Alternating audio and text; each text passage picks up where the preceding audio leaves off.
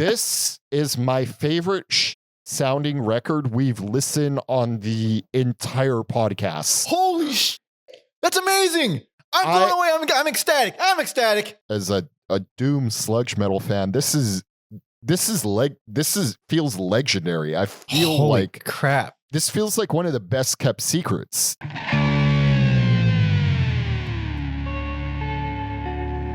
Welcome to Every Album Ever with Mike and Alex, the podcast where we listen to every single album in the world, one artist at a time. That's a whole discography per episode, and even special ones like this, where we have technically multiple discographies. My name is Michael Mansour, and I'm joined, as always, by my beanie rocking, Ian MacKaye looking co-host, Alexander Volt. Say hello. Hello. And today, we'll be discussing every albums by Faith and Void, or Faith/Void, whatever. The Faith and Void, or Faith and Void. Double whammy. It is in our history, our 5.5 year history, 200 something, technically almost 300 episodes.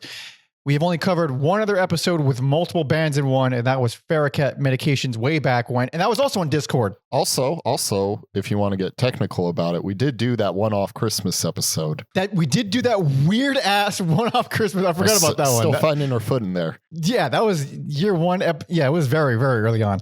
But that was fun. We covered fucking Rob Halford and horrible Moody Blues and the Beach Boys and Beach Boys rules. I've gone back to that Christmas Beach Boys album. Yeah, definitely. Our first introduction to Sparkle Horse as well. That's right. But today, so Alex is going on a trip. We exhausted ourselves with the most recent Metallica, almost 3 hour long part 3 episode. We needed to do something quick and easy. So this one's Mike. This one's me. Listen, we all know I like hardcore punk. We all know I can go on and on and on about it. But specifically, DC hardcore is where my heart lays. And Dischord Records. We have a whole Dischord Records playlist on our YouTube channel, so go check that out. Every band that we've covered that's been on Dischord. And these two bands, even though they're very, very different bands, they will forever be linked because of their split LP from 1982. And that's just kind of the way it is. Like, there really isn't any other reason they should be associated other than that they were in the same scene and they're both punk bands.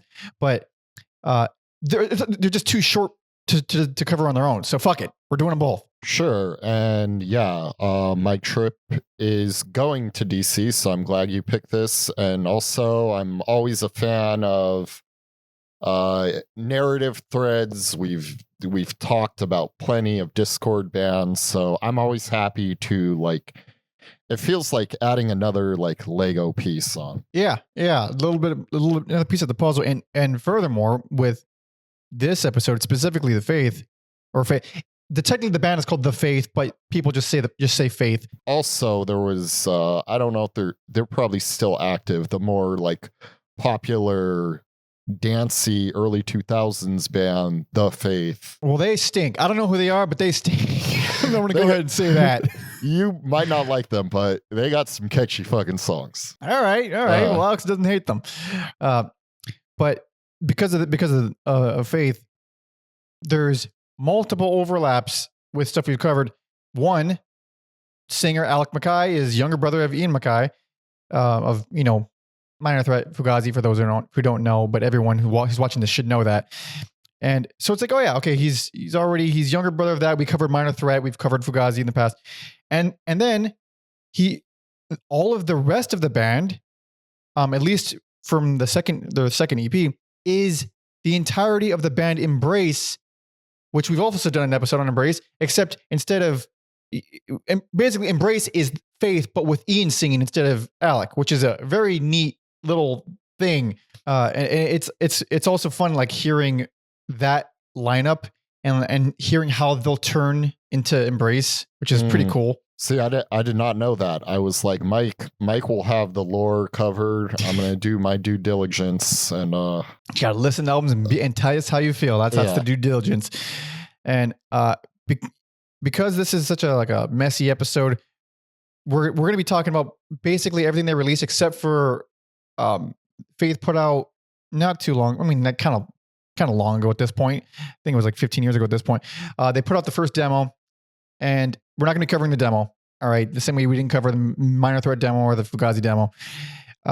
And we are going to be talking about Void's bootlegged unreleased album, but there's not going to be no picks. We're going to touch upon it, but it is not an official release. And apparently the members of Void, at least from what I read, they didn't even want it released.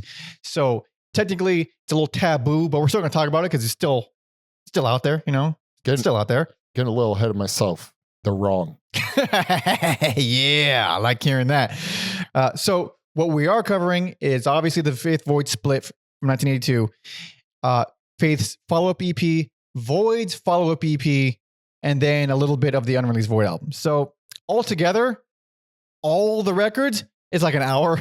It's like an hour 10 for every single record. Yep. Insane. Are you including the troll track though? The laughter? No. We'll talk about the troll track, but because it's a little bit unorthodox of an episode, what we usually do here, if you haven't been here before, we pick for every episode we pick, give our picks for best album, worst album, personal favorite, and our least favorite.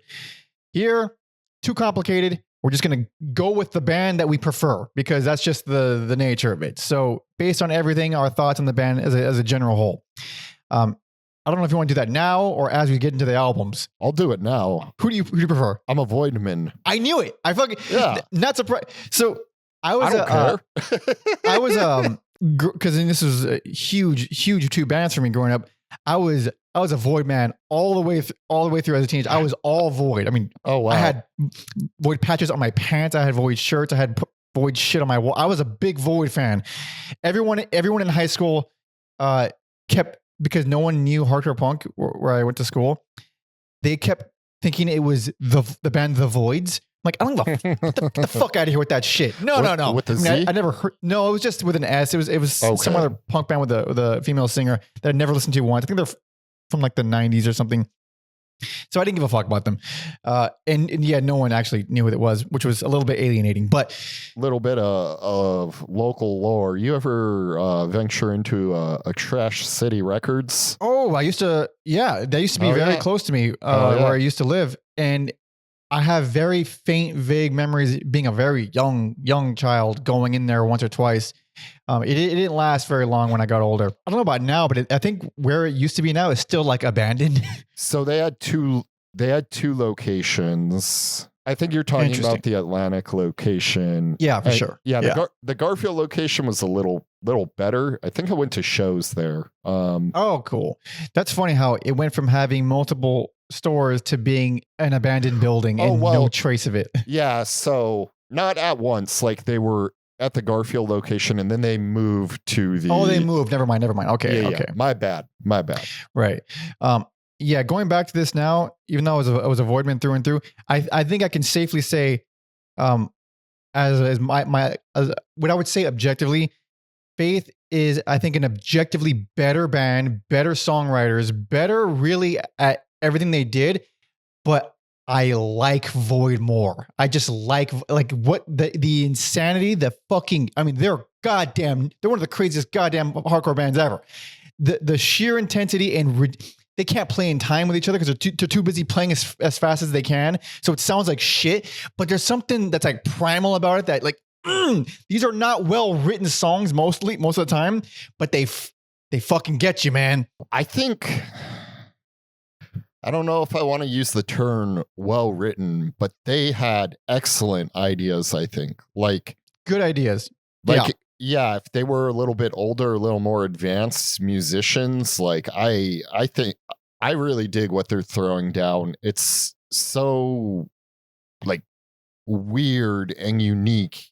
I think even all these years later, especially doing this podcast, hearing I don't know how many bands and how many albums, but even now it's still this very, very unique sounding thing. Super unique sounding, even for hardcore. I mean, because there's plenty of like really wild bands, but really they were the wildest in the DC scene, and they weren't even from DC. They're from Maryland, I think. At least I think they're from Maryland. That's what I read. But also I have them because we discovered most DC bands was from the 20 Years of Dischord box set from 2001 or whatever the hell it was, 2000. And they have like a little entry on every band. And it's pretty interesting stuff. And they said they were from this place called, they're from Columbia, Maryland. So Maryland, but Columbia. Apparently it's like this weird manufactured town. I don't know much about it, but I think it was considered like a weird place. I don't know much about it, but from what I read in the little snippet from the box, it was an odd place. So they just seemed like odd guys. They met them. They played this show that was organized by Bad Brains. Check our episode on Bad Brains. They were a part of like a 15 band lineup, and they were so nuts. They were so fucking nuts that the DC scene accepted them when they were very. I mean, a lot of the scenes were very, get the fuck out of here. This is our turf kind of thing. They accepted them because they were so wild. Yeah, they're so wild. And I think, and I could just be assuming this, but I think because DC punks were listening to that go-go funk music, that maybe they were a little bit open-minded. Or there's even stories of punks in New York who were into that early hip hop scene. So they get this rep as these closed-minded groups, but when you go in these little subsects, it's actually like pretty fascinating, the stuff they listen to. Yeah, the hardcore scene, I mean, it did get pretty narrow-minded. It kind of depended because DC, that scene sort of died in 83, which is way, way earlier than 3 years earlier, which is, a lifetime in punk years. Whereas kind of everything else fizzled out at the end of 85 and 86, and it was kind of gone. 83 is when all the bands broke up. It was, Minor Threat broke up, The Faith, Void broke up. All the bands broke up really in 83, but all those bands either morphed into something else that was like way more adventurous and not just hardcore, or they just went wild like Void did and did something completely like, what the fuck?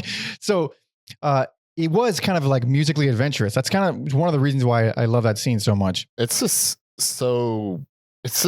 think any place that's like the nation's capital is also, no matter what nation you're in, is by default kind of interesting, because there's that level, and then there's like the people who live there and have to like deal with the day-to-day of everything. Day-to-day is so very, very different. So different.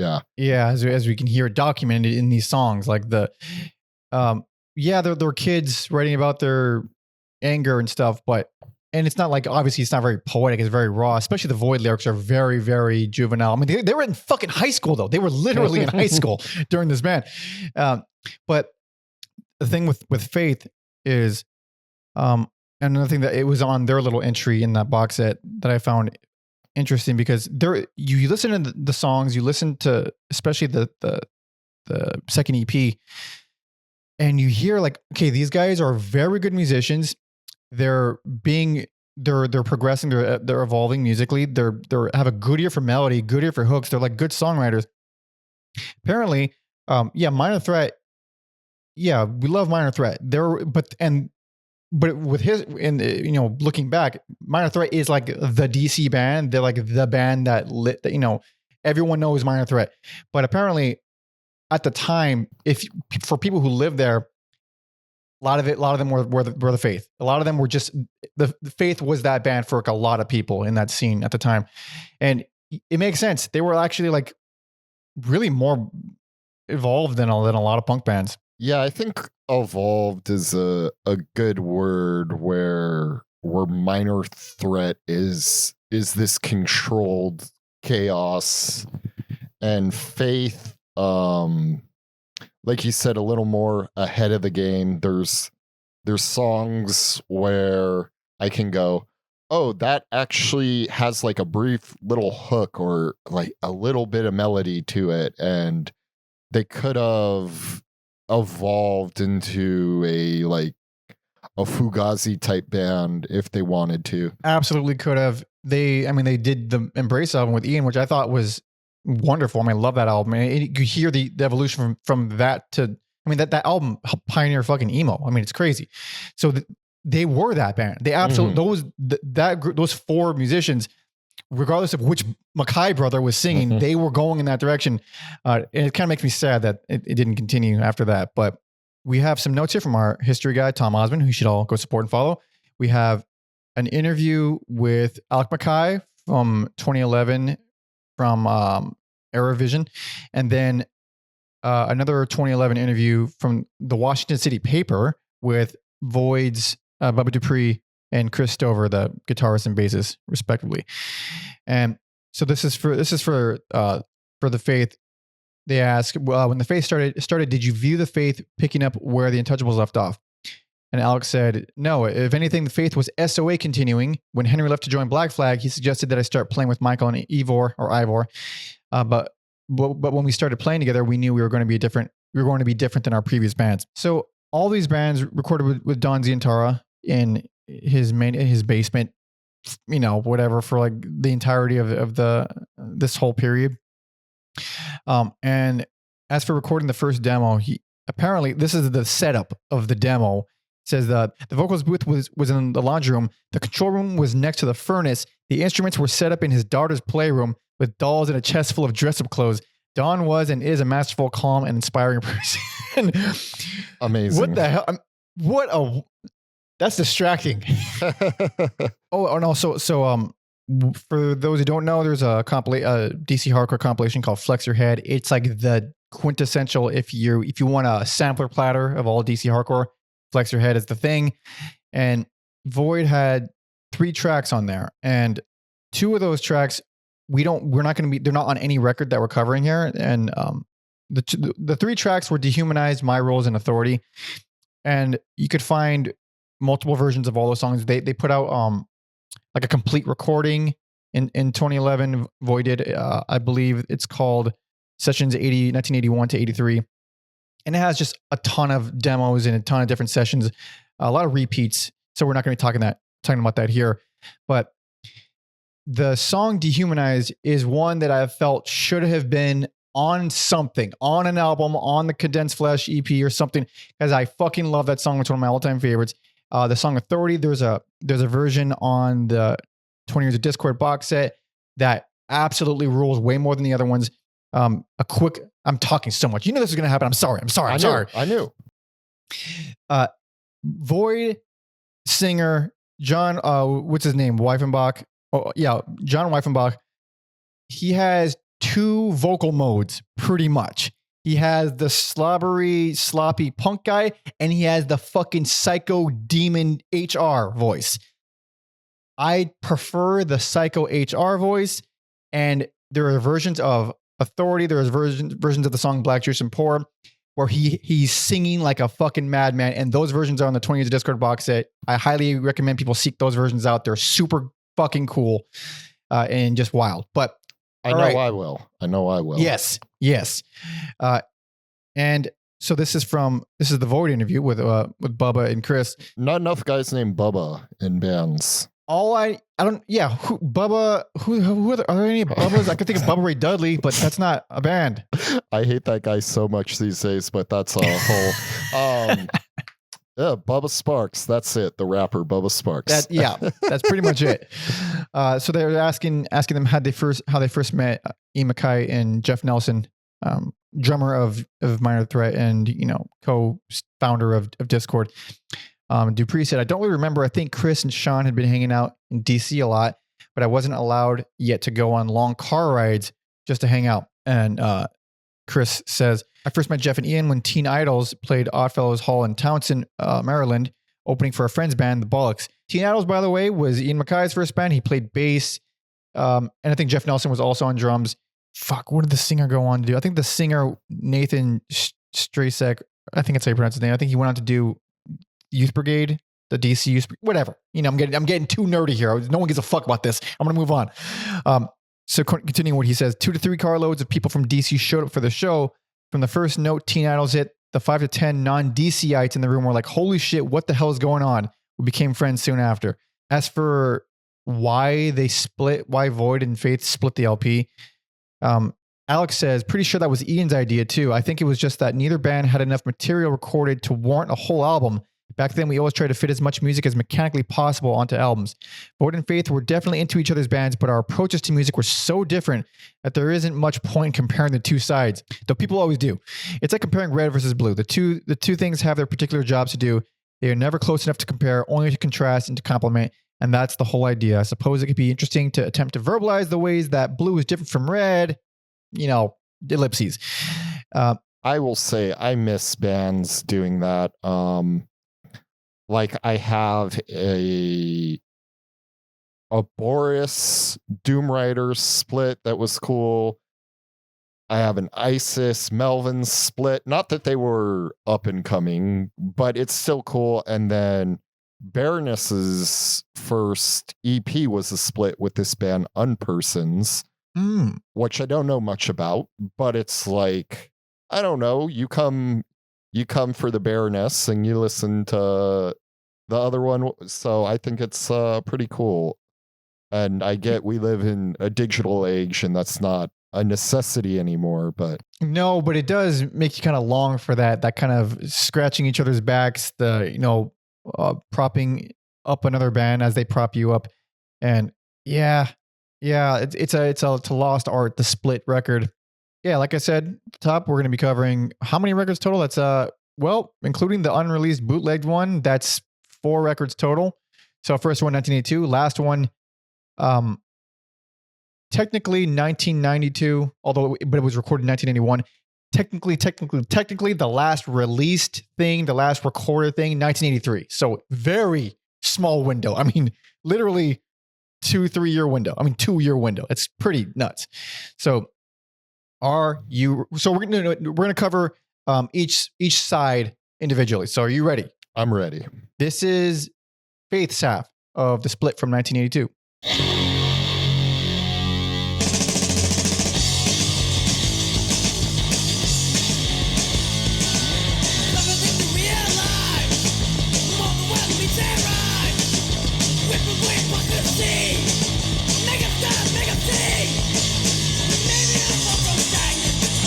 Love this chorus. For how short this song is, it's amazing how fleshed out it is. Like how much meat is on the bone. Yeah.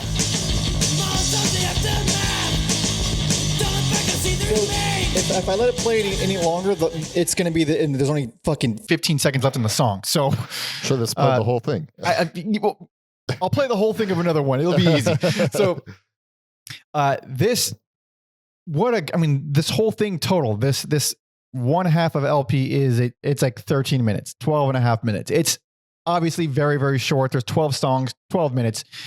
And yeah, this is wonderful. This is absolutely wonderful. I love it. I still love it. Yeah, it's a cool introduction. And I think if I had heard this when I was younger, I may have agreed with, like, if I knew nothing about the scene, I would have been like, oh, this over Minor Threat. Wow. Holy crap. That's some praise, man. And I mean, now I like Minor Threat, because I've known them for so long, but there's just something more tangible here for newbies, I think.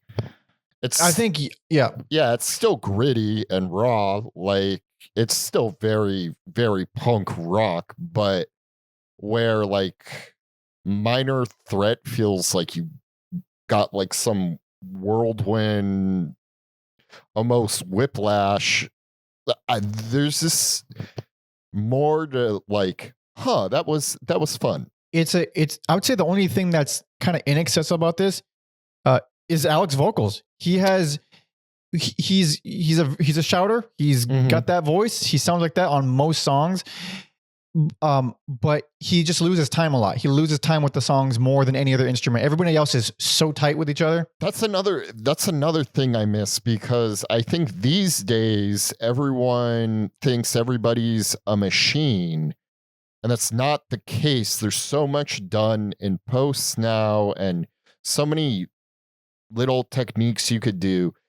And I know it's been on other albums we've listened to, but listening to this, I'm like, I kind of miss when you could people are playing faster than they should, so you hear like the drumsticks click because they can't do the fills as fast as they'd like. Maybe it's actually refreshing. It's a thing that I stopped hearing as a teenager because I heard it so much in every record. So once you like, it's like I could see it being a hurdle for regular people because obviously you're listening to music, you don't want to hear these fucking amateurs fucking up all the time. But when you're not listening, when it stops, when you start to appreciate the thing for literally what it is, which is the badness of it, the roughness of it, the shittiness of it, then you can actually look at the songwriting, the actual hooks. And these are well written songs, every single one of them. Yeah. And here's the thing though, even I wouldn't call myself like an expert in jazz, but I've definitely listened to more of it than you have.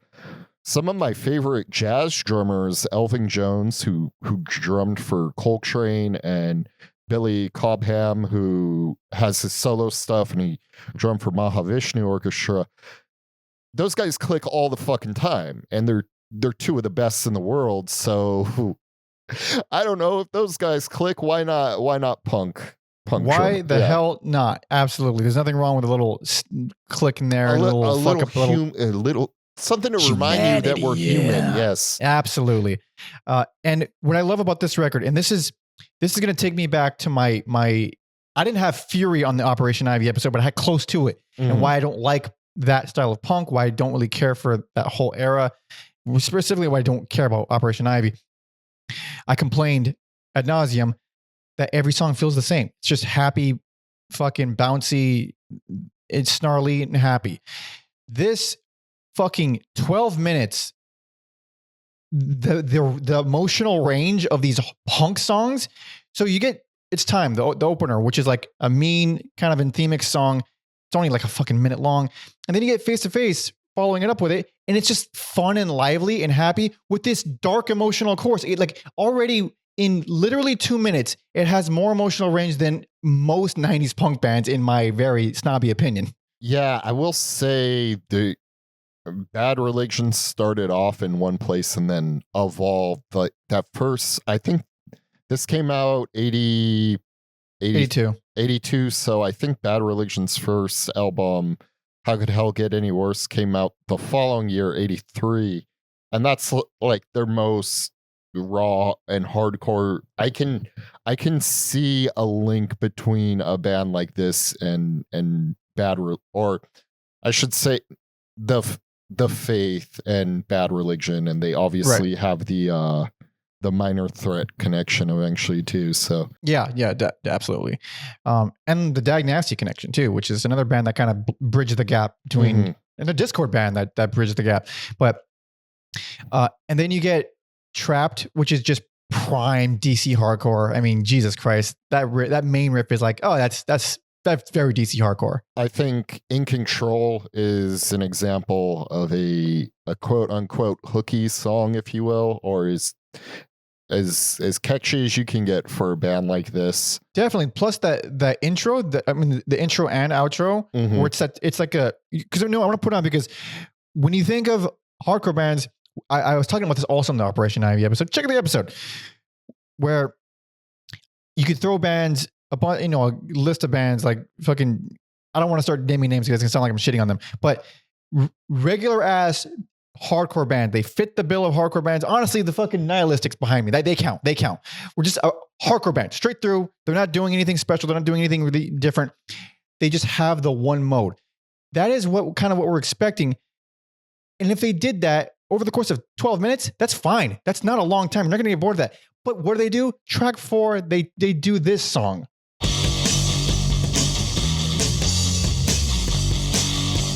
What a fucking great riff. What a great riff. It's just not high-speed hardcore. Very, like, bouncy bass lines, if you will. And then it goes hardcore.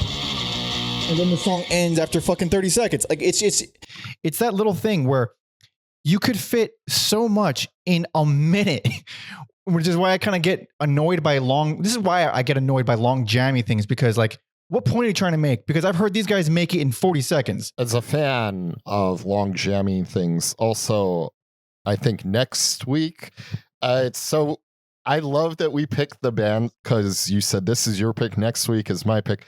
I love the contradiction between our two picks.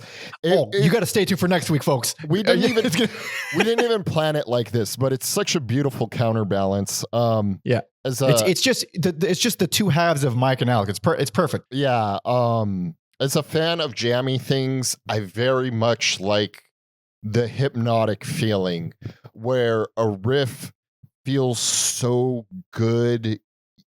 Just give it to me for 8-12 minutes. That's a bit of an exaggeration, but also I think that has to do with I was very much into the classic rock psychedelia thing, and I love that Led Zeppelin DVD where they do like, it may not be 20 minutes, but this like 20-minute version of Whole Lot of Love. I think it's been a while, but it was just, I was like, oh shit, Jimmy Page is breaking out the bow on the guitar, and like, I don't know. It's just, it does feel kind of ingrained in my musical upbringing where sometimes here I'm like, a song is over so fast, I don't even know how to like rate it or talk about it. But I get where you're coming from. It's Jammin' Econo. It's Jammin' Econo. Check out episode on the Minutemen. And I don't want to make it sound like I don't like all jammy music. I do like jammy music, especially when it gets you into that hypnotic state. It's wonderful. But the way you kind of gear to the side of long songs, I gear to the side of short songs. And also you're saying like it goes by so fast, it's hard to even process it. When I'm taking notes on these albums, it's the one activity. There's no multitasking. I'm sitting there, and when I finish typing out notes for one song, the next song has already started. It's a little exhausting, but sometimes to space out, I gotta like backtrack on these. Yeah. What's wrong with me? That's some of my favorite riffage on the album, definitely, or I should say on the Faith side, definitely a standout for me. 100%. Those drums, super tight drums. And yeah, and then you get like, following that, you get what you think, which is a lot lighter, and it kind of gives you a little taste of what they'll do in Embrace. Not nearly as much as their next EP, but like a little hint, like, oh, these are the same guys. But there's like so many fucking great songs here. Your Ex is another quintessential DC hardcore song. It's like, man, when I think of that main riff, it's so ingrained with the whole thing. Like I said, at some point, every scene kind of had its own feel to it, this own type of riff. I feel like the Your Ex main riff is the DC like template. The thing that made Your Ex stand out for me was those great backing vocals. It really, because I don't think they really do them again in any other song, and this using them on that one song, just like, it makes that song one of their angriest, at least in my head. 100% one of their angriest. Yeah, I mean, it's like a bark in that chorus. Confusion is another one that kind of dabbles with the slow, fast, slow little formula. It does. It's definitely one of the more sonically diverse songs they'll ever record. Yeah, and to think it's on an album or a half of album, this raw is nice. Nightmare is one of the coolest things here. Fucking goddamn, man. Yeah, just anytime a band can build a song around a drum beat, I think that's cool as shit, and that's what they did on Nightmare. Yeah. And just when you thought you kind of got the band pegged, you get a thing like Don't Tell Me, which is the happiest, funnest, most bubbly thing ever. Yeah. And then I wasn't really checking the run times, but In the Black, like 2 minutes. What is this, Rush?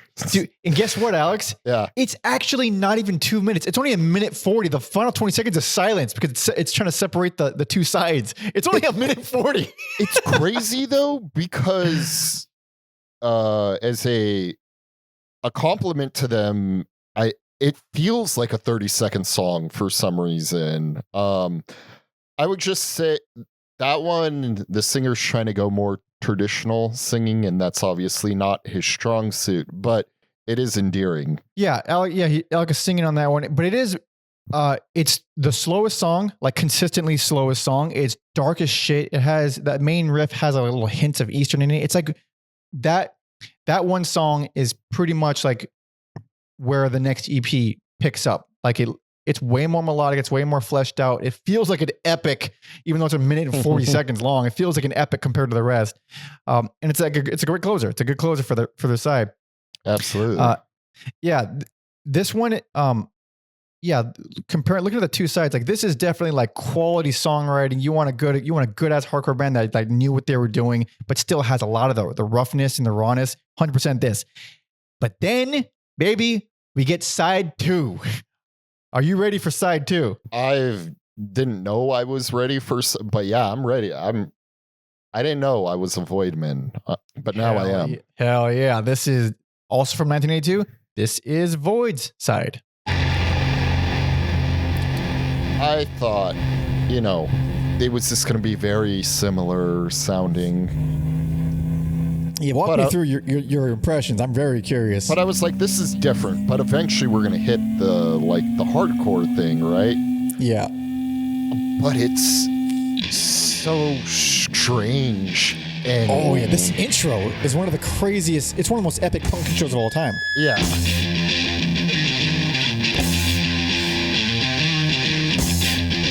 Like, this is... Getting chills, dude. Yeah.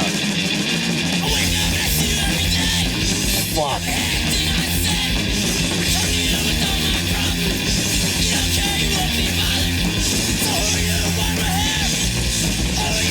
God, I love his voice.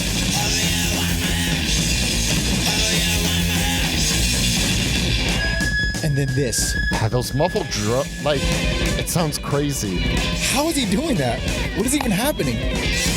I mean, these guys weren't playing double bass drums, right? They did eventually.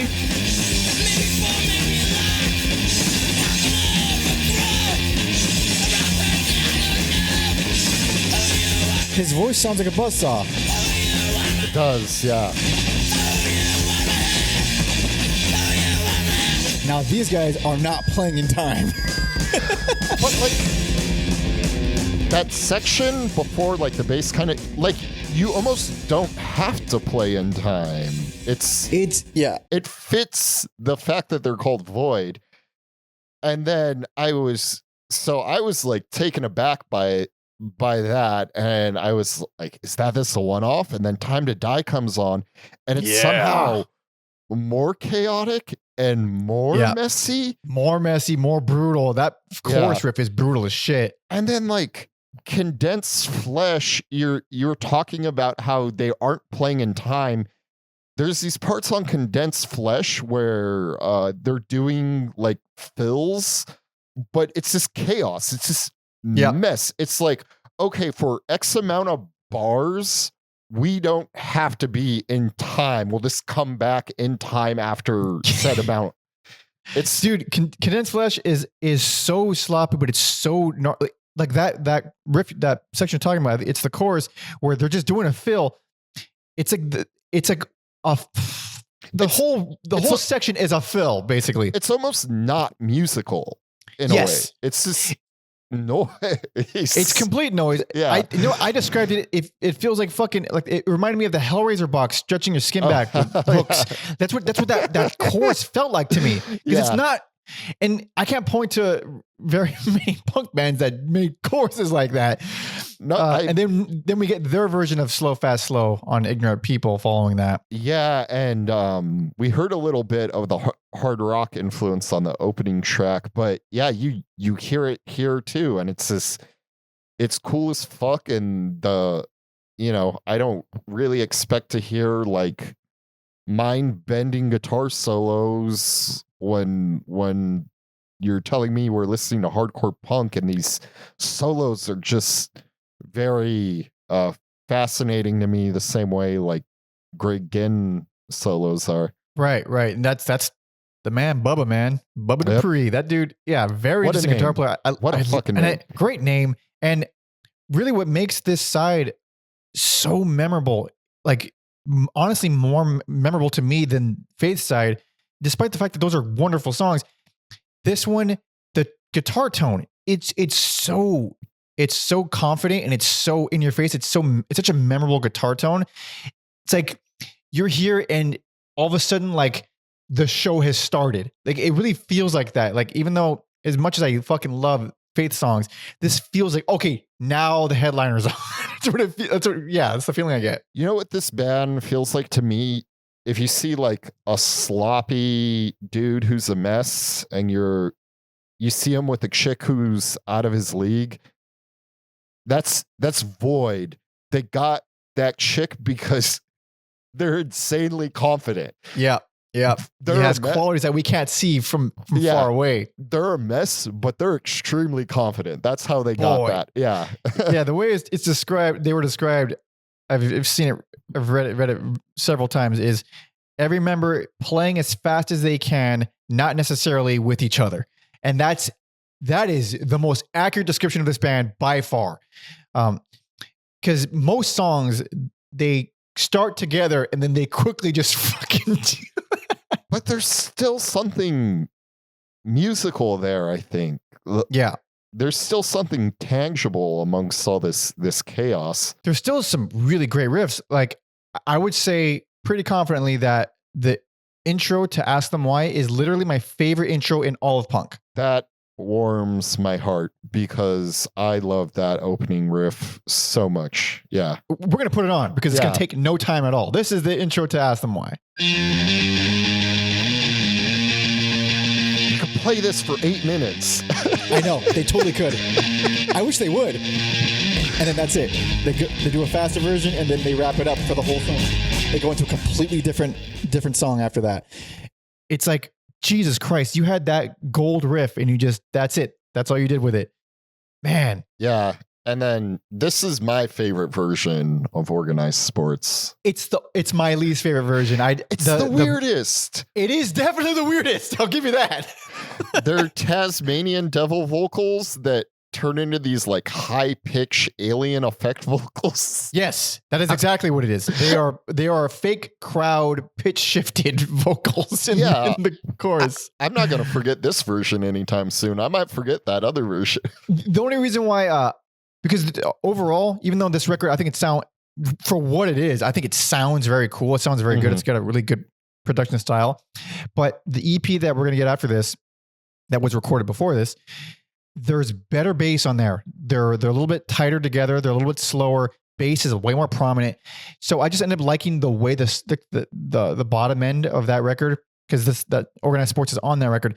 This version of it, all I remember is the ear piercing alien vocals in the chorus that just drive me fucking crazy. That's all you need. Yeah, they're technically more tight on the next one, but is it more memorable? I'd argue no. No, I would argue that as well. This version of My Rules, My Rules was one of the tracks that they had on Flex Your Head. It was a different version. This version of My Rules is the version. Like this is God damn, the song rules. Also, I don't know where, but I feel like I've heard this song. There's this something that feels like comfortable to me. So maybe I've heard it before, maybe I haven't. Also, deep pull here. I don't know why there's something about that too. Maybe it was the vocals where I'm like, if we're doing weird underground bands, I think we got to try to do like a Cryptic Slaughter episode next year. Yeah, it's about time. We talked about them a lot. I listened to them way too much as a teenager. Yeah, I haven't listened to them in a long time, but there was this something about that song where I was like, man, if those two bands ever played together, what a bill that would have been. Absolutely exhausting. The show would have lasted 20 minutes long. We ran through all the material. Some really good toms all over Self-Defense. Complete chaos, but dig it. Yeah. Also, this version of War Hero is better. Again, I have the same thing where I prefer the bottom end sound of the other one, but this is a more distinct version of it. This is a better version of it. Especially vocally. Yeah. I mean, the vocals on this whole thing are just awesome. It starts off like a psychedelic song, and it's this like gritty, and it's a standout track for me. And let's spend the next 10 minutes talking about possibly the greatest Void song, Think. that guitar riff. Fuck, dude. It's so good. It's so good. Talk about riffs that should have been 8 minutes. That is one of them. It's one of the most metal punk intros ever. Killer crazy riff. And then you think like, okay, this is an incredible intro. Like, whoa. Kind of like Ask Them Why. And then when the song comes on, it just takes things and play that shit for 8 minutes. Fuck it. That's such a great main riff. And then and then the breakdown section in the middle where it just gets fully metal and it lands. I was gonna say, as much as I love that, I do like the chunkier parts of the song too. Wonderful. And his vocals on the chunkier parts, he sounds like a legit fucking metal screamer, dude. Like he sounds great.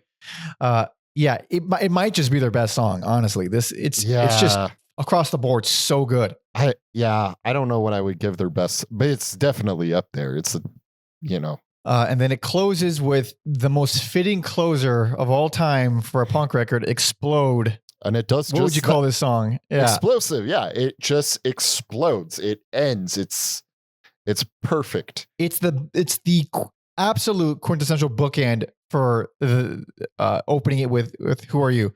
The way that one takes its time and it gets all fucked up and it builds up, that one just falls apart and it's going crazy. There's no real lyrics. Everything is, it's just, and the thing is, it still does a really good job at building suspense, even though it's building it into pure cacophony. Yeah, for sure. This whole record on streaming, it's split up into bands, which is annoying because on CD and LP, it's could this make a playlist, but of course you shouldn't have to. Exactly. This split is an absolute must for anybody just remotely interested in hardcore because it has the two sides of why it's fascinating and why it's, I think, brilliant and amazing.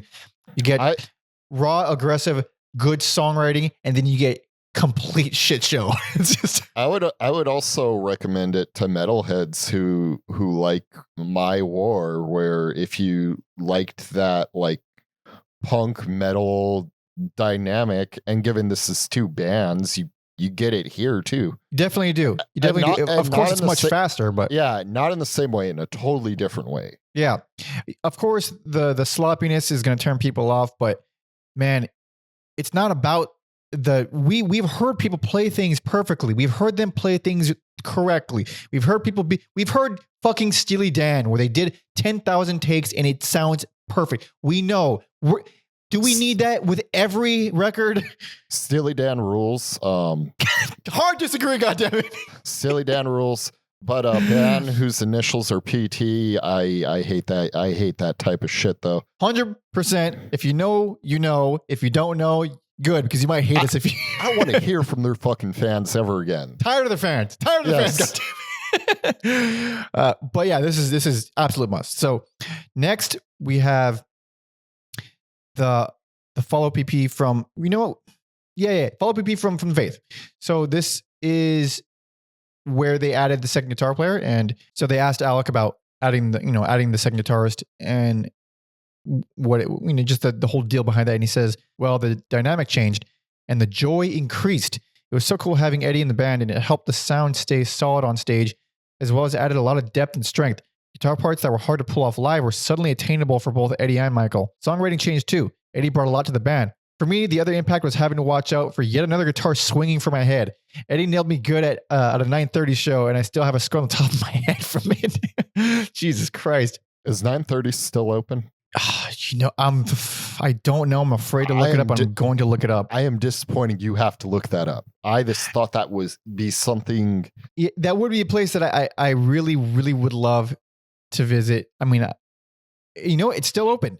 Okay. It's still open. It looks like it's still open. Oh, dude. I gotta see if I can try to. This is going to be just for us. Yeah. You know who it's spelled a little differently, but you know who one of the co-owners is? Who? John Bowers. That's hilarious. Although J-O-N Bowers. Yeah. Although that is a fairly common name. I've never heard it before. Friend of the show. Yeah. There's on Doom Patrol. There's a character named. Oh right. John Yeah. Bowers.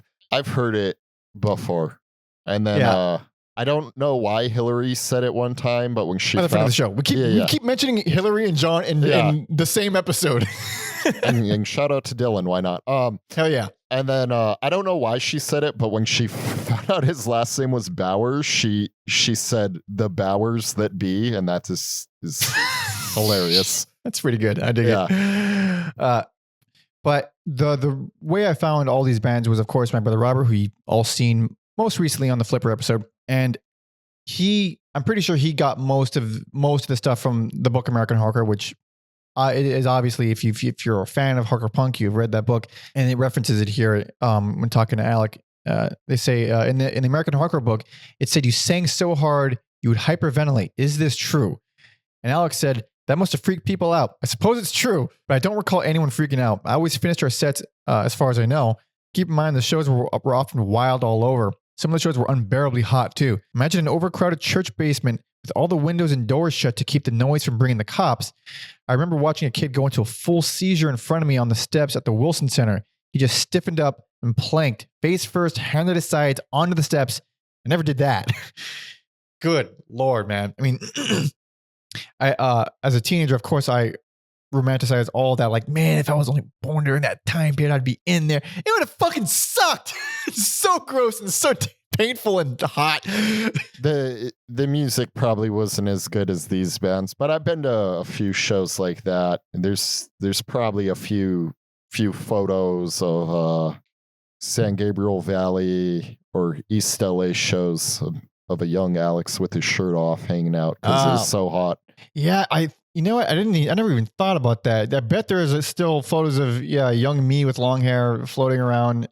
Some shirtless, not all of them shirtless. But, I was, I was young. I mean, depending on the scenario, I'll still do that. There was a yoga session this past summer where I was like, it's coming off. It's coming off. All right. It's coming off.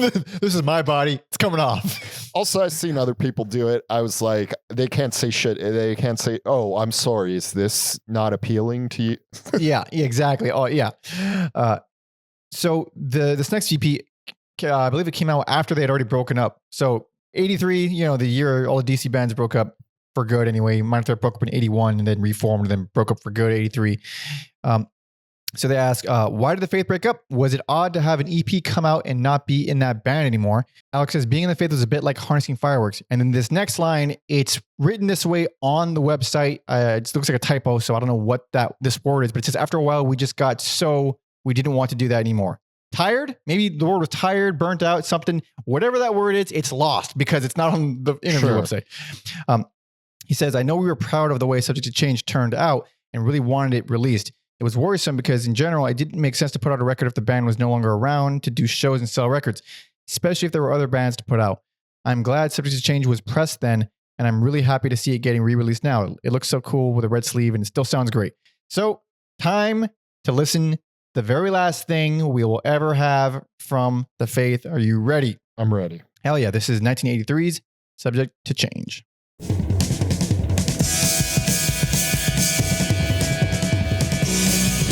Hear that second guitar. Yeah, I didn't know what that was because I was like, the drums still sound rough, but something has happened where those guitars sound amazing. Yeah, you hear this, stereo. Awesome, man. And Alec is still singing off time. Yep.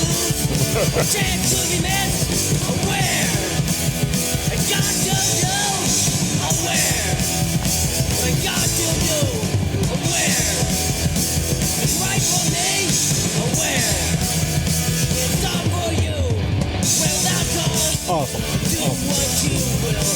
So simple. It's basically that.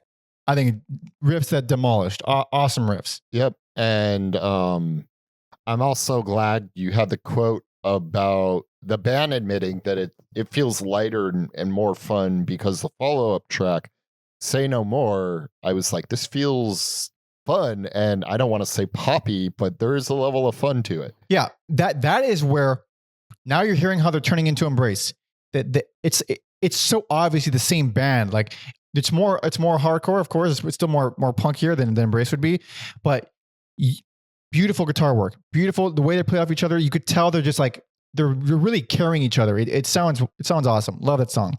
And I would say as a whole, this EP, it's an absolute hardcore classic. Like, whereas it's easy to kind of recommend the split because it's just so consistent and it's just, I mean, just simple, memorable songs. This is like, God damn it. These are beautifully written, beautiful, like full-fledged songs. They're all still super short, but they feel way more dense. They feel, they feel a little like heavier. They feel like a lot of meat on the bones. They're literally all, there's only one song that dips into 2 minutes out of all these songs, but they feel like they have so much thought behind them. I would agree with that.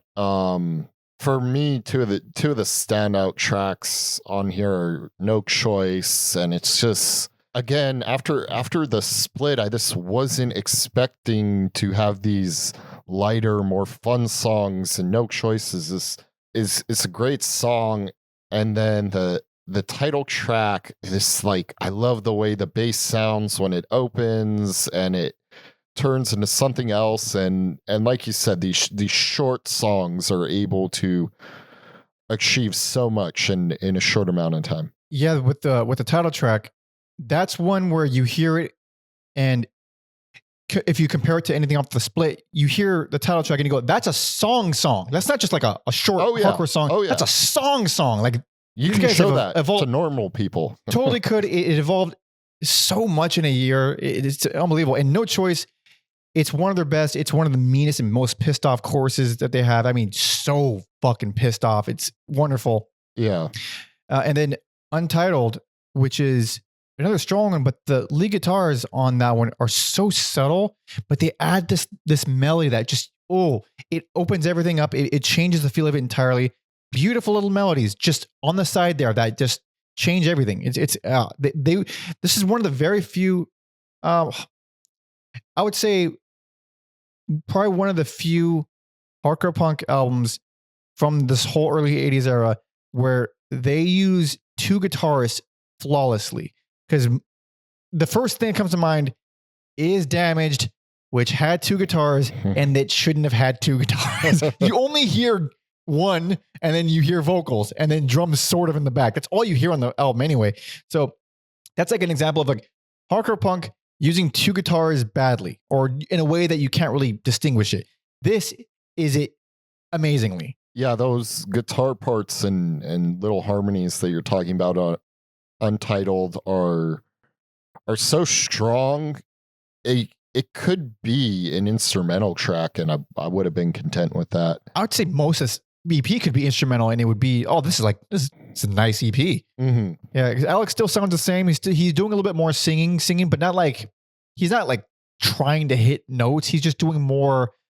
He's not just shouting a stream of words. He's doing things more rhythmically, a little bit more inflection, a little more dynamic. Yeah, another one that has a lot of Embrace in it is more the same.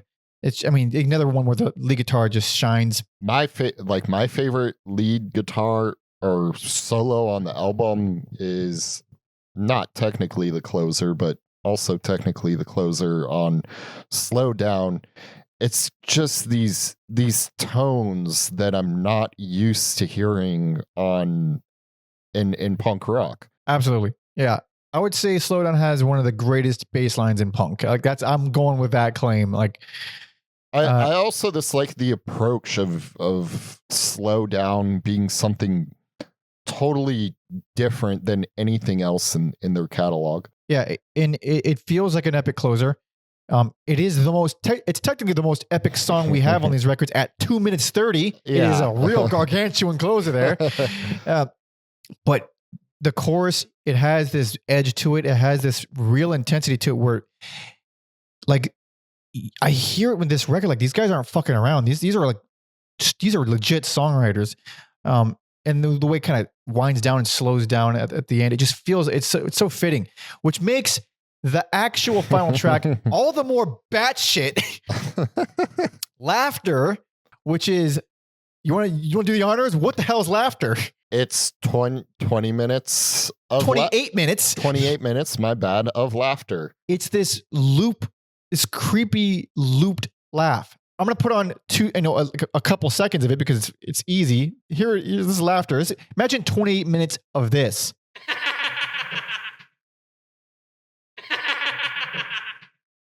Lord knows I didn't do it. I didn't either. I have in the past because I left, you leave it on and then you don't get turned off. Yeah. But it's fucking psychotic. Obviously, you don't listen to it. I don't know if it was a locked groove on the original. Maybe it was, or maybe I don't remember. But going back now, it's actually creepy. Like if you put that on quietly in someone's house and they don't know it's there, that'll fuck them up. Oh yeah, yeah. You could build a Halloween maze and just play that. I like it. I dig it. I don't want to listen to it, especially not for 20 fucking minutes. But I like the idea. Yeah. But yeah, wonderful EP. I think it's one of the rare instances where adding a second guitar. I could even say that about Minor Threat, where it opened them up, but I didn't really like them more with the second guitar than with one. This is like they added a second guitar and it changed everything. Absolutely. And then it got taken away. Technically, I mean, it was already gone by the time this thing came out. Apparently, it was a very sad day when they played their last show in DC, which I totally get. But yeah, this is one of those bands like that really could have just, man, if they kept going, holy crap. But it's also these bands were like so short lived because they were kids and then they butt heads and then that's it. Then they imploded and died. Like I think because Embrace only had one album too, and I believe, if I'm not misremembering, it's because all the members, all the musicians were already, all the musicians not counting the singer, they were already like getting worn out from playing together and like butting heads a little bit. And then they start Embrace with Ian.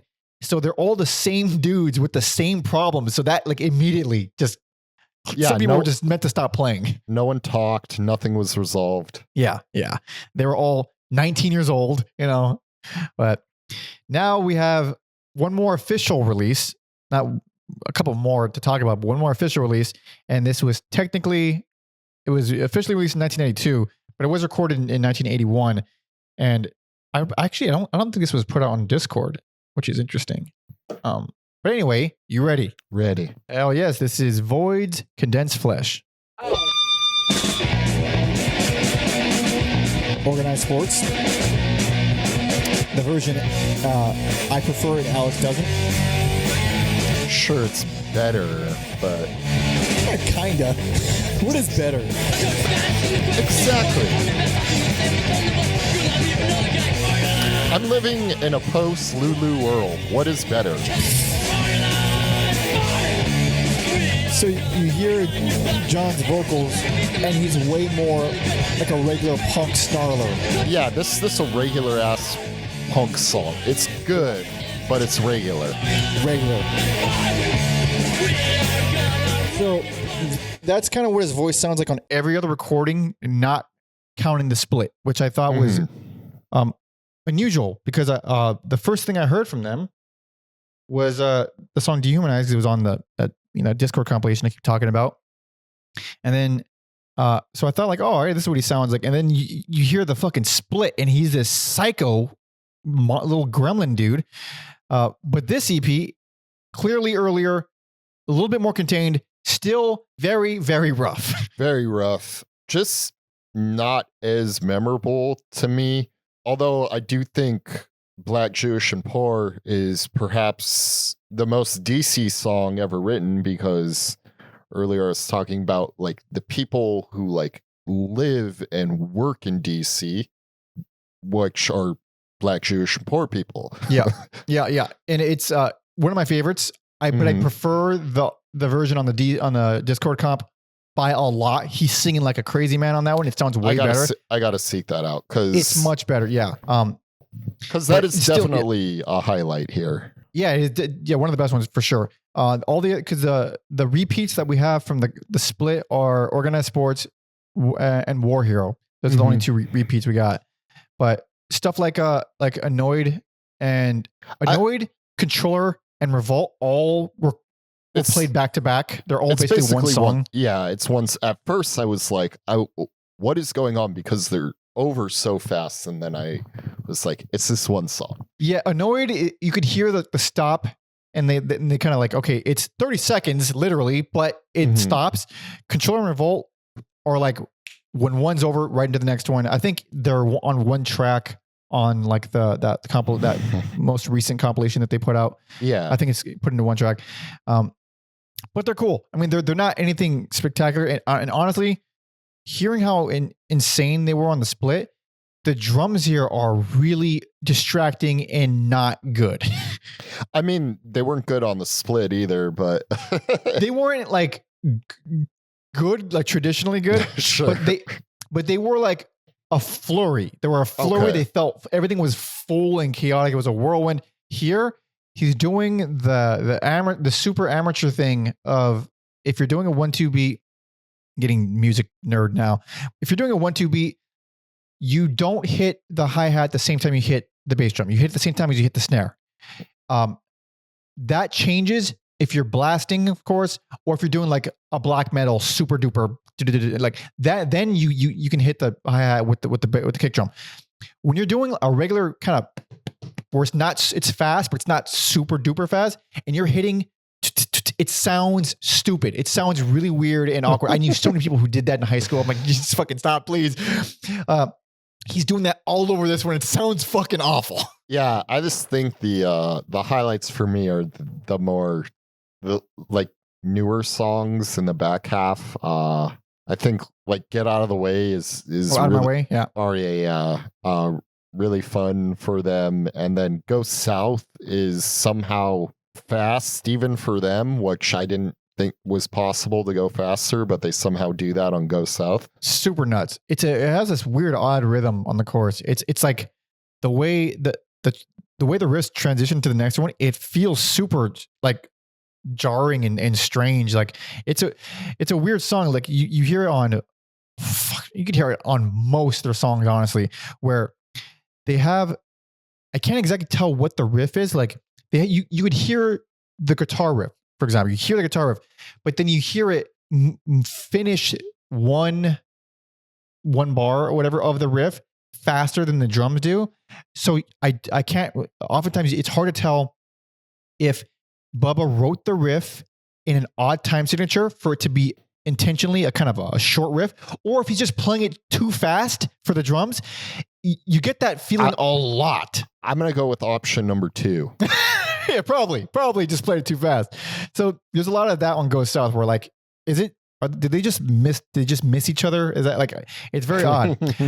But for Out of My Way, really love the use of feedback as part of the riff on the chorus. It always makes it interesting and fun when an artist can incorporate noise in a more fun way than a harsh way. And obviously this is still harsh, but you know, for what the band does. Yeah, it is. I would say it is a pretty fun record in that sense. It's not very pleasant. It's not, I wouldn't even say it's good. I like it. I think it's a good EP, but I wouldn't say it's objectively good. You know, this is like, if you're going for chaotic hardcore, you can find something a lot more coherent, a lot more catchy, a lot more like better written songs in this. It's not voted at their best. It's definitely a demo, pretty much. It's not even them at their weirdest. And no, that's how I like them. Indeed. And having said that, we might as well just talk about the last and final thing. You know, maybe I'll pull up the. I wasn't going to, but you know, why the hell not? For this one, it was kind of news to me because I knew just from the blur from the Dischord compilation from when I was a kid that they recorded something a little bit more metal sounding after the fact that it was never, and it said, I think the wording they used was never saw the light of day, which is a lie. Dischord lied. It saw the light of day just in bootleg form.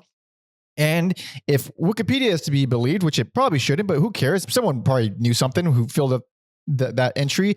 It said that this bootleg was a big influence to the Melvins and White Zombie, both bands who we've covered all their albums, which I thought, I mean, I was already going to listen to it because I can't believe I'd never heard it before, but now I'm like actually very excited. So I'm glad you put it on the list. Hell yeah. So it was recorded in 1983. It's unfinished, still unfinished. It was supposed to be put out on Touch and Go by Corey Rusk, but decided not to because they were already broken up by the time it was already set to, So this is 1983's Potion for Bad Dreams.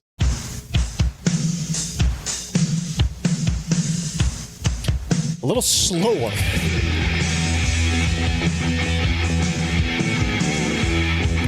Hard rock.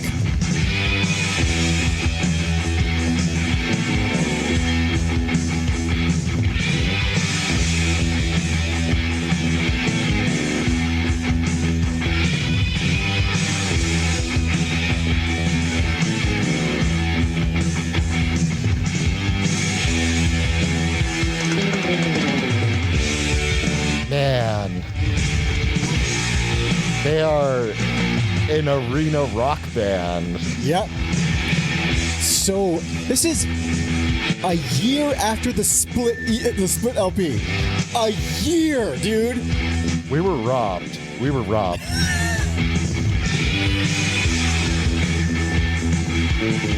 So, like, on the surface, this sounds like pretty average hard rock, arena rock, because this is pretty normal sounding for what it is. Mm-hmm.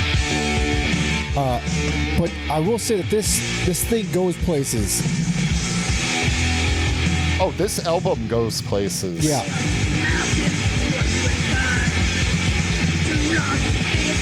I'm like, it sounds like Celtic Frost. I didn't even fucking think of that. I thought about that a lot. This is a pretty cool section, actually. If you told me sections of this album were like early Norwegian black metal, I would believe you. Dude. So, because you said that, I just got a newfound appreciation of this entirely, because it's easy to forget in the world we live in today where we have everything. This was 1983. Like, yes. I can't believe how early this was. Actually, given that context, this is amazing.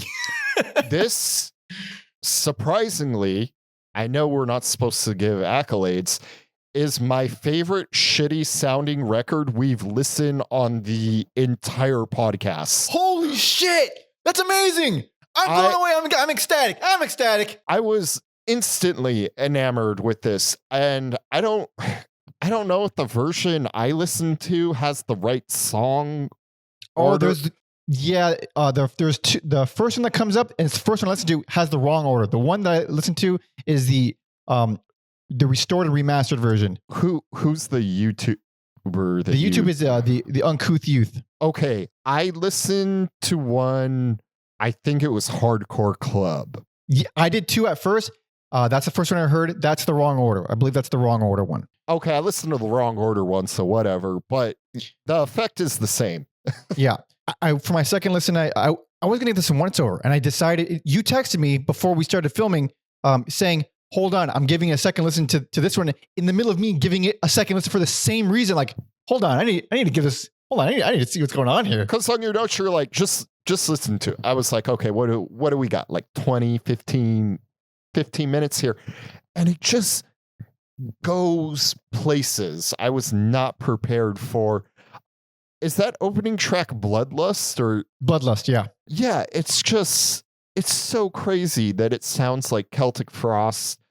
I think there's this on the version I listened to, which I don't know if I'll just say the track order, track 1, which is listed as unknown, is just surreal and crazy to me. I'm not sure which one that is, because there isn't an unknown on the other version. I think it's this one. Yeah, what the fuck is this? This is Red Death. Yeah, this is pretty nuts. This might be a little complicated to talk about because I have the wrong song type, but yeah. Well, we'll just give it a little taste. We'll give a little taste, and then it'll jog your memories. So we can do it that way. I'll try my best. So for that one's Red Death. The vocals on that one. Now that you mention it, very Celtic Frosty in the sense that there are these weird robotic sounding strange things that don't mix with the metalness of the rest of the song. Yeah, and then it's just I was instantly enamored by that song, and then yeah, Bloodlust comes on, and it's just like it's that double bass, and they're a metal band. A metal band, straight up. And this was a pretty common thing in the punk scene where the band would kind of transition into this weird type of metal. They rarely did anything that we like accept as metal. They rarely just did thrash, except for like DRI. Check out that episode. They never did death metal or black metal. They always did this weird kind of like bands like SSD Control went to this dog shit fucking hair metal type thing. But this is like, wait, what the fuck is this? This is 83 and they're doing this. Yeah. Parts of this are like very progenitor extreme metal. And some of it is amazing. Like some of it's actually really good. Like fucking, I would say probably my favorite song is Spiral Staircase. I mean, it rules. I mean, it fucking rules. That's when I realized the track order I was listening to was out of sync. So, 5th track, Spiral Staircase. Yeah, I made the like Rush joke earlier, but they have these start-stop riffs where it's just it's crazy to hear in the 80s. Yeah, it's really unusual, and it has a lot of diversity. There are some songs that teeter too much into like generic hard rock and kind of boring. There's a few tracks like that. Definitely the fourth one, which was entitled Breakaway for me. Yeah, that's track 3 on the real track list. That's like the greatest Kiss song ever recorded. I thought Kiss too. Yeah, I was thinking Kiss as well. Yeah. It's just everything threw me for a fucking loop here. Like I don't know why the bands, I guess, you know, if they're leaning more into the hardcore thing, I get that, but they're wrong. This is a great metal album. This is like, I think even if they didn't remaster it, if it was more widely available and more talked about, this, like, to me as a doom sludge metal fan, this feels legendary. I feel Holy like crap. This feels like one of the best kept secrets to me. Yeah, it's really kind of making me like, how did I mean, I did hear Void for the first time before I had any internet. So, I mean, I guess that's one excuse, but I don't know how much it was circulating back then. But the big, one of the weirdest things about this album is now the vocals are kind of all over the place. It's mixed like shit. You know, it's a bootleg. It wasn't finished. So it wasn't polished to begin with, but he's kind of doing a lot of weird stuff. Only a couple moments where he loses his shit. I mean, one of the songs is "Lose My Cool." That's one of the songs where he goes. That's the scream that I know and love. Is that the closing track? "Lose My Cool" is second to last track. The last track. Oh, okay. Put a little bit of "Lose My Cool."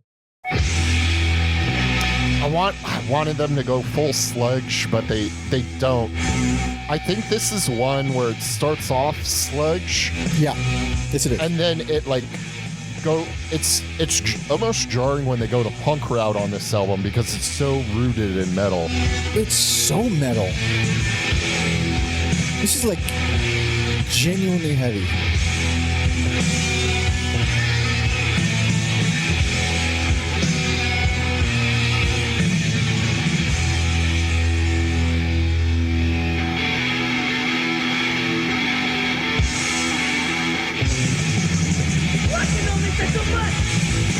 So, and this right here is an outlier. Like, this is pretty rare on the album. Yeah. To go, yeah. That's basically a thrash song, honestly.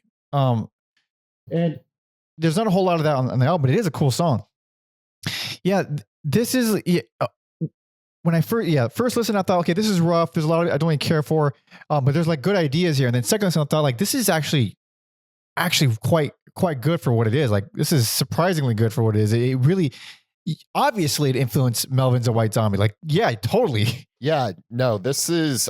I had my moment where like I knew on that on Red Death, like that it was, I don't know, I just knew in my soul this was something special. Man, I just had that aha moment, which Right. sometimes it takes me a little, like with Ween, it took me a little bit to get there. Right. But like this instantly, I just wish it was, given the love it deserves. Yeah, at least some sort of release, because from this interview, they put out the 81 to 83 sessions, and apparently it was Greg Anderson from Sutherland was going to put it out. He absolutely would. Foreshadowing. Yeah, definitely. Yes. Next week. So yeah, he approached Bubba to put out some of like the unreleased Dischord stuff. But he talked to Ian, and then Dischord had it. So I mean, that's fair, of course. I don't care who puts it, just yeah, someone. So this was they were already going in this direction before they broke up, but like they were still in the DC scene playing, I think, this shit, and they were still loved. That is so rare, that like a band is so crazy and wild and beloved that they play a type of music that this whole scene of angry, violent teenage boys hates, and they're still like, this band rules. Like, that's the power of Void. Hell yeah. Yeah, it's crazy, the blending of like hard rock arena riffs, dare I say black metal, and sludge, and like you stated, in the 80s, this is early 80s, no less. Yeah, this is fucking bonkers. Yeah, this is lightning in a, like the definition of lightning in a bottle. They asked Chris, was metal an influence when the band was together, and he says definitely Motorhead, Maiden, Ozzy and Sabbath, The News, NRA, Hunter, whatever his gig is today. Yeah, I mean basically the same influences as every other metal band at the time period that invented all these offshoots that we listen to today. Yeah, they were among them. They would have been one of them. And then this goes into a little bit about this record. I mean, very little. They say before Void broke up in 1983, the band recorded a full length for Touch and Go. Why was it shelved? And Stover said, some things are better left unreleased. It's out there on the interwebs for free if you want it. That's all he says. I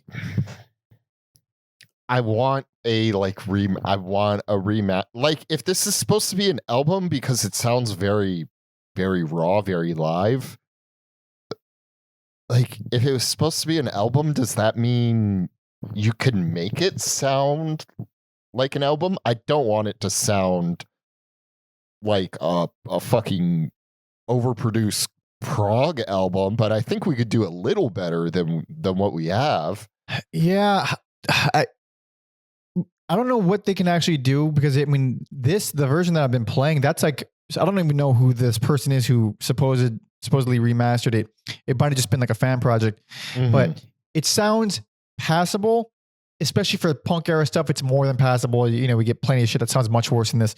Obviously, if you want to re-release it and make it a real album, then it's going to be way more complicated. And it would also do a thing, and to his credit a little bit, or at least kind of seeing where he's coming from, it would take away some of the mystique about it. It would take away some legendness about it if it was officially released, and then it's like, oh, all right, well, it's not that great by today's standards, or it's kind of cool, but it's a little. I think it deserves a treatment, like a real treatment, an official release. But I just worry about someone flubbing it. People like me, the like Southern Lord record fans, the Hydra Head record fans, would eat this shit up like it was In-N-Out Burger. That's pretty delicious, dude. And honestly, sometimes these episodes get to the bands that we talk about, which is mortifying for us. But if somehow this makes its way to, I feel like not that we actually did it, but kind of just like putting it out into the universe now, or maybe it's just because it's on my radar now. Now I notice like people talk about Blowout Comb, like Diggable Planets. does shows where they display Blowout Comb, and it's this weird Best album. Like, I find spiritual things fascinating, or like magic with a K fascinating, but I don't believe. But I don't know, I believe, man. Baby. You got to find those synchronicities. Know, they are surprisingly scientific. The way things line up, it's like we're getting a fucking statistically that is impossible. I guess it's also like the nature of our show, but like we're getting a fucking acid bath reunion, and it's just I didn't even know that. I didn't even know that. It got shut down. I was gonna go to Sick New World.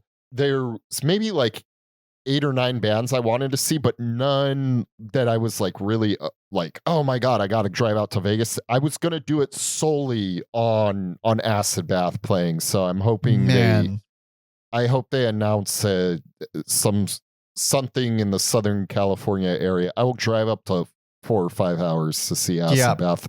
Yeah, damn. So, but yeah, if for some reason, Bubba or Christopher sees this, I realize just consider it because it's like it's a quality ass little hidden gem. I mean, goddamn. Yeah, I realize it may not be the band's thing, what they were intending to go for, but Greg Anderson went to them because he's the fucking guy who would bring this to as many people as, however many people like Southern Lord. I realize this is small, like Road Burner Festival. Like, yeah, I don't know what the odds of Void reforming and playing. They could probably not likely. They all quit music after. Only person that continued, I think, was Bubba. In a magical fantasy world, they could reunite and just play this album at the fucking Road Burner Festival in Europe. God damn. That's how strong I think it is, but I am one man. But the fact that you said Greg Anderson went that lets me know I'm right. The Void was hugely influential just with their official releases, and I mean, as you can hear, I mean, you could see why just in intensity wise. But the fact that they could have been considered one of the pioneering extreme metal bands.